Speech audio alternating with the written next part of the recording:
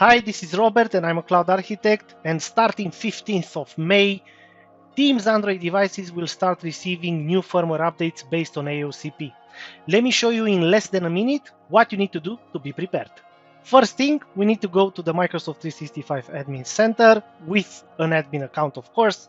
We will scroll down to Microsoft Intune Admin Center. We click on it, and from the home page, we will go to Devices, and from Devices, we will go to Device Onboarding. We will click on Enrollment, and we will choose the third tab, the Android tab.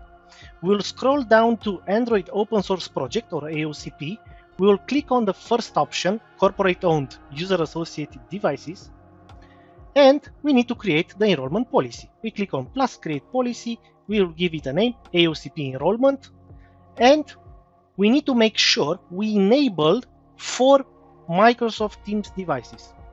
We click on next, we click create, and the enrollment profile is now being created. This is all you need to do. From now on, the Android Teams devices will update automatically and get enrolled automatically through this policy. This is all you need to do.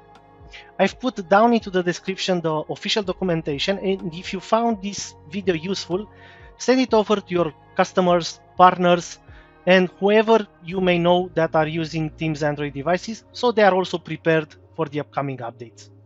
Thanks a lot. Bye.